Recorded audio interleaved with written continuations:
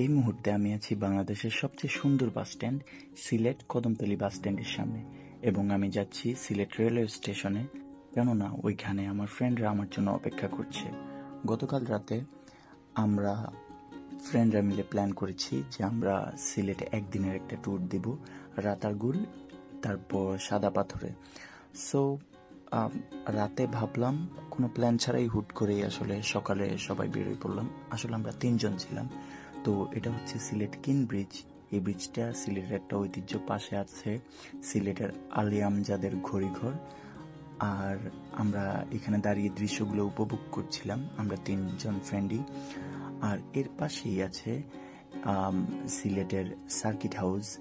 এই জায়গাটা খুবই মনোমুগ্ধকর আর খুবই সুন্দর একটা জায়গা, সুরমা নদীর পাশেই এই জায়গাগুলোর অবস্থান। তারপর আমরা এই কিন ব্রিজ দিয়ে হাঁটতে হাঁটতে সামনের দিকে যাচ্ছিলাম। আমরা বেসিক্যালি যাচ্ছিলাম সিলেট বন্দর বাজারের উদ্দেশ্যে।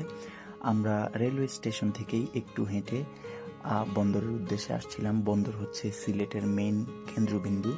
এটা হচ্ছে সিলেটের একটা পার্ক। আর সিলেটের রাস্তাঘাটগুলা এত সুন্দর যা বলার বাইরে, একদম নিট অ্যান্ড ক্লিন, খুবই পরিষ্কার পরিচ্ছন্ন। আর আমরা বন্দর বাজারে একটা রিক্সায় উঠেছি আমরা পানশিতে নাস্তা করব বলে। তো তার মধ্যে পথিমধ্যে আমি এই রাস্তাগুলো ভিডিও করতেছিলাম আপনাদেরকে দেখানোর জন্য যে এতটা সুন্দর। যাই হোক, আমরা পানশিতে চলে এসেছি এবং আমরা পানশিতে উঠবো এখন। আর আমরা অর্ডার দিলাম পরোটা সাথে খাসির পায়া। সো নাস্তাটা এতটা ভালো লাগেনি, খাসির পায়াটা খুবই বিলো অ্যাভারেজ ছিল, ভালো লাগেনি তেমন একটা। সো আমরা নাস্তাটা সেরে নিলাম, তারপরে 3 বন্ধু চা খেলাম। আর এই তো নাস্তা শেষ করে আমরা চলে গেলাম শাহজালাল মাজারে। আমরা একটা সিএনজি রিজার্ভ করেছিলাম। সিএনজিটা আমরা 1500 টাকায় পুরো দিনের জন্য রিজার্ভ করেছিলাম, কেননা এতে আমাদের অনেকটা সেভিংস হয়েছিল। আমরা যেহেতু 4টা স্পটে যাব, শাহজালাল মাজার, তারপর সিলেট স্টেডিয়াম, আন্তর্জাতিক স্টেডিয়াম যেটা খুবই সুন্দর, তারপরে সাদা পাথর, রাতারগুল। তো পুরো দিনের জন্য আমরা নিয়ে নিয়েছিলাম সিএনজিটা। তো আমাদের জন্য খুবই সেফ হয়ে গেছিল। যদি অন্যভাবে ভেঙে যেতাম আমাদের অনেক কস্টলি হয়ে যেত। তো যাই হোক, আমরা শাহজালাল মাজারটা জিয়ারত করলাম। জিয়ারত করে মাজারটা ঘুরে দেখলাম। ঘুরে দেখে তারপর এই তো মাজার থেকে বের হলাম। এই রাস্তাটা খুবই সুন্দর, মাজারের সামনের জায়গা। সিলেট শহরের একটা বিশেষত্ব হলো এখানে রাস্তায় ম্যাক্সিমাম রাস্তা খুবই পরিষ্কার আর অগোছালো, তার নেই, তারের জঞ্জাল নেই সিলেট শহরে। এই জায়গাটা খুবই সুন্দর।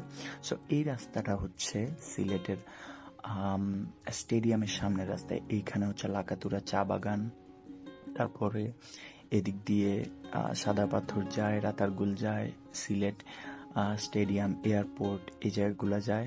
সো এই জায়গাটা খুবই সুন্দর। এই জায়গাটাকে সিলেটের সবচেয়ে সুন্দর রাস্তা বলা হয়ে থাকে।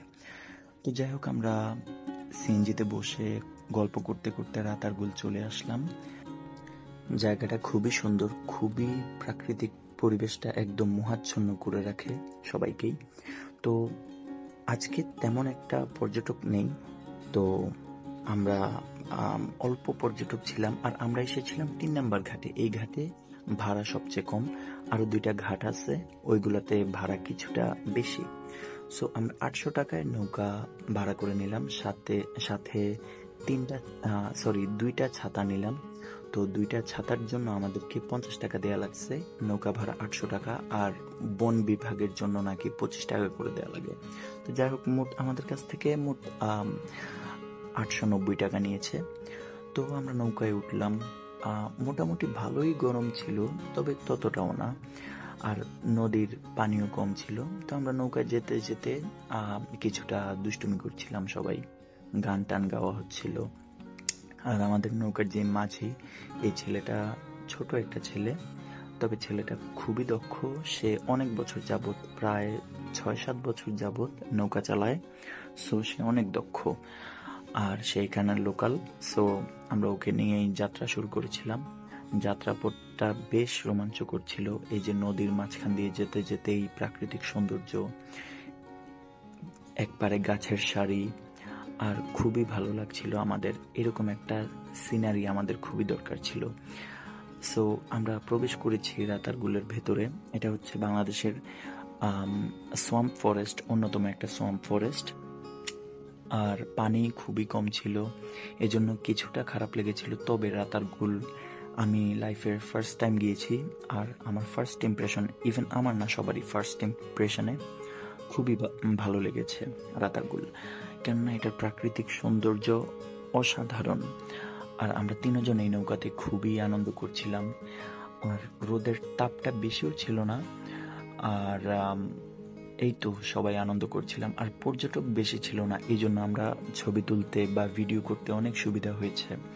আমাদের অনেক ভালো লেগেছিল রাতারগুল। তবে পানি মিনিমাম 7 থেকে 8 ফুট কম ছিল, যে কারণে অনেকটা পানি কম ছিল। সো বলতে গেলে একটা 6 ফুট মানুষ দাঁড়ালেও এখানে ডুবে যাবে, এরকম পরিমাণ পানি কম ছিল। সো আরো যদি পানি থাকতো আরো বেশি ভালো লাগতো। সো রাতারগুলে অনেকক্ষণ সময় কাটালাম আমরা। এখানে আমি একটু নৌকা বাঁধছি, ভিডিও করতেছি বা ছবি তুললাম, এই তো। তারপর রাতারগুল ভ্রমণটা শেষ করে আমরা রওনা দিয়েছি সাদা পাথরের উদ্দেশ্যে। সিলেটের ভোলাগঞ্জ সাদা পাথর খুবই ফেমাস একটা জায়গা, খুবই সুন্দর একটা জায়গা। এখানে মূলত ইন্ডিয়ার মেঘালয়ের পাশেই এই জায়গাটা। আর এখানে ঝর্ণার থেকে পানি নেমে আসে পাথরের উপরে, পাথরগুলা খুবই সুন্দর। এখানে অনেক পাথর কোয়ারি আছে।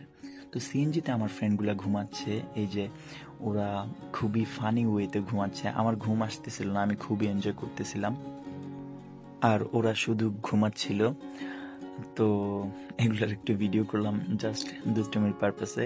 ওদেরকে পরে আমি এগুলা সেন্ডও করেছি ভিডিওগুলা।